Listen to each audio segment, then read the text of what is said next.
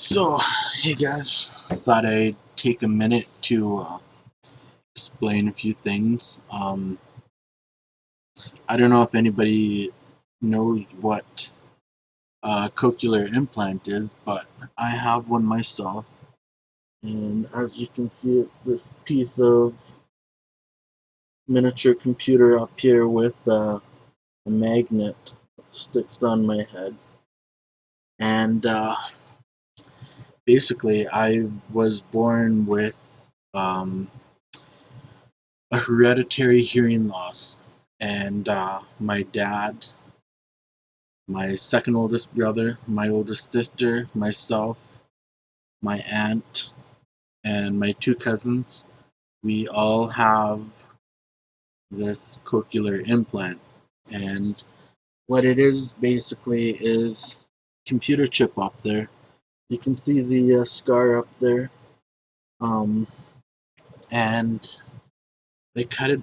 They cut my skin back pretty much, and they put in this processor about this big, yeah, about that big, with a wire on it, and it goes inside of my cochlear and wraps around. And so what this does is that it actually picks up the sound, puts it through here, goes into here, and then uh, electrocutes where I should be hearing, because my nerves in my ear are shot pretty much. So before I got my implant, I was running at about maybe 20% hearing.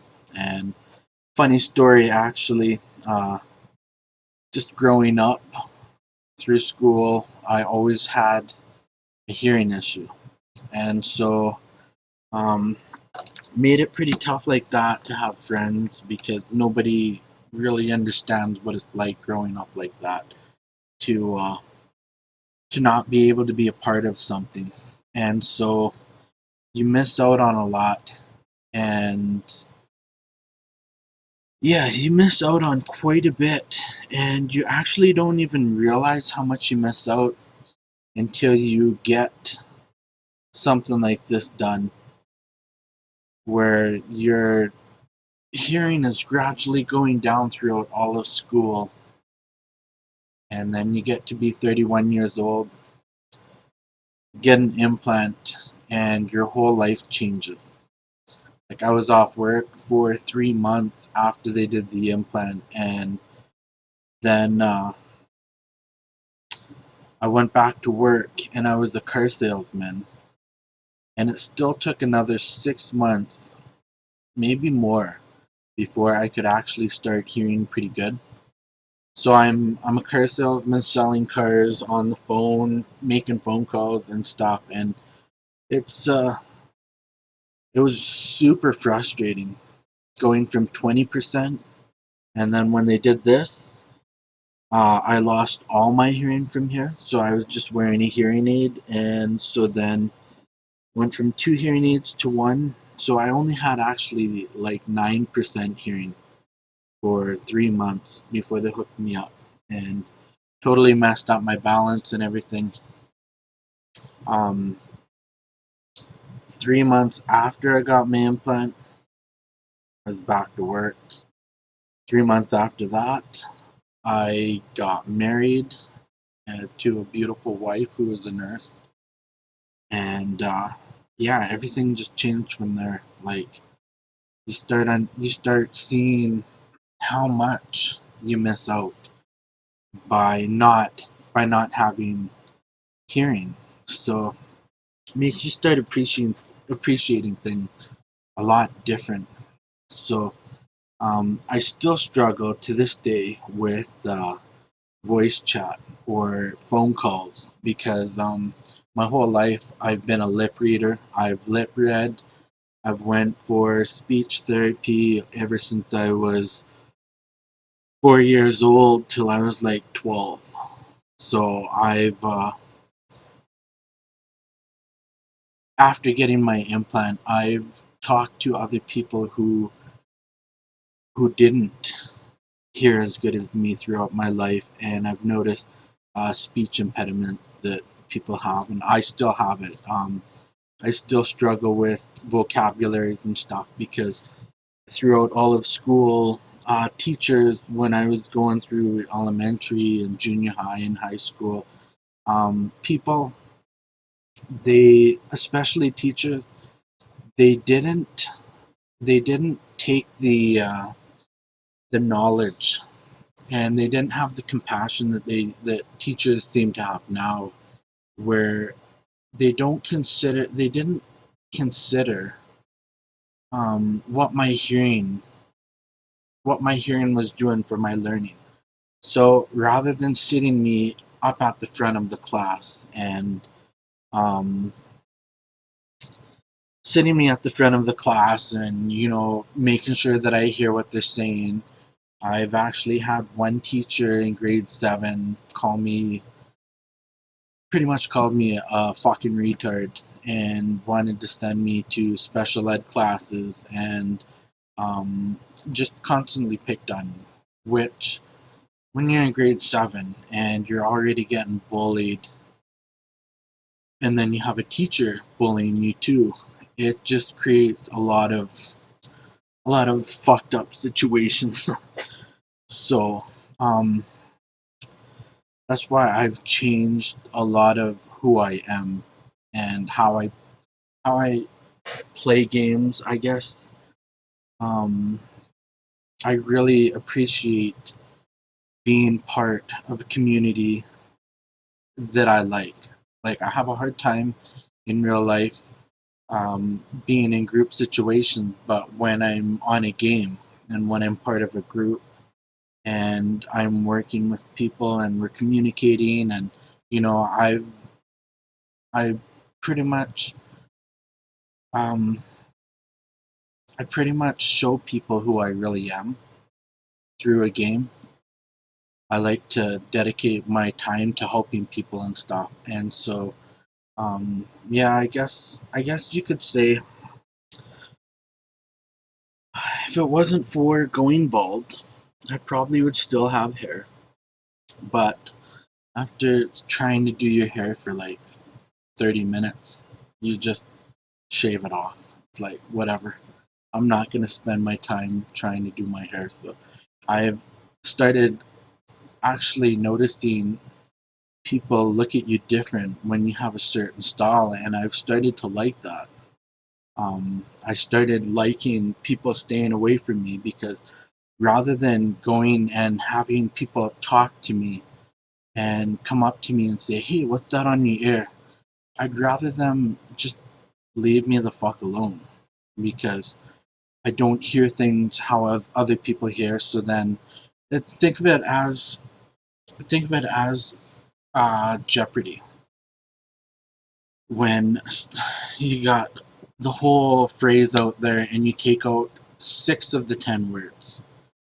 That's what it's like having a hearing issue where you can't hear everything. Um,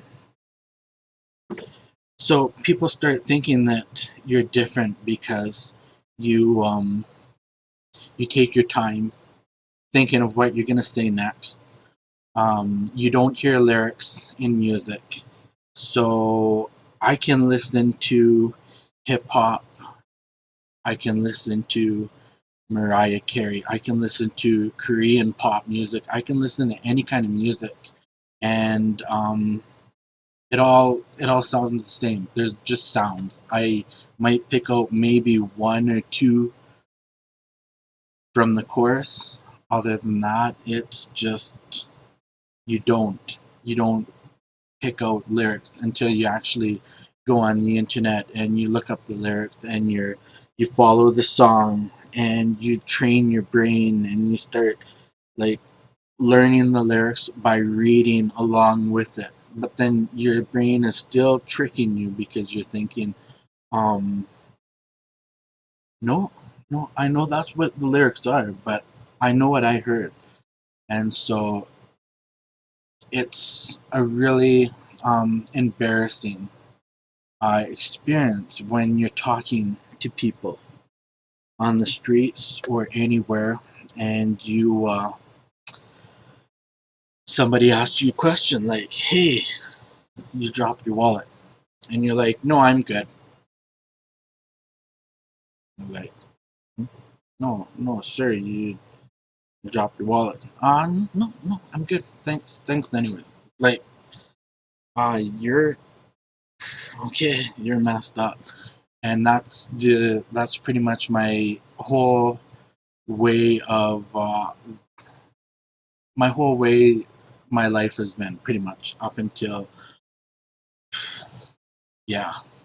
Um, but yeah, I've really shied away from groups, and then even when it comes to voice chat and listening to people talking, I tend to shy away from talking more because more times, most of the time, I will repeat what others will say, and people are like, somebody just said that like 3 minutes ago, and I'm like, cool. I never heard nothing, so it's all new to me, and that's why I just kind of I mute when it comes to voice chat, I guess you could say. After a while, I start getting more confident when I can when I actually train my brain after hearing people's voices, and I hear voices and they don't like you. No, but when I'm on a video chat or voice chat, and I just listen and I listen, and if the quality is really good and clear, eventually, sometimes, most times, my brain is able to get used to it. More because when I first got hooked up with this, my nerves that were silent and resting for 25, 30 years, they were getting woken up from electricity shocking those nerves and saying, "Hey, wake up." And so then my whole maybe 2 weeks, 2 weeks, it was just like that was talking to me for like 2 weeks. It was the most annoying sound to listen to, and it was actually 4 months. 4 months. This is how I communicated with my wife in the same room. We just text. We did not talk. It was just too way, way, way too frustrating. And so yeah, I just wanted to share this with people so that they could kind of get an understanding of what makes Jaizek and why sometimes I don't say things, and why sometimes I might say things that have already been said, and so forth. So I just thought, just so that people can understand a little bit more, that's pretty much it. Yeah, and if you have any questions or anything, feel free to ask. Yeah, that's pretty much it.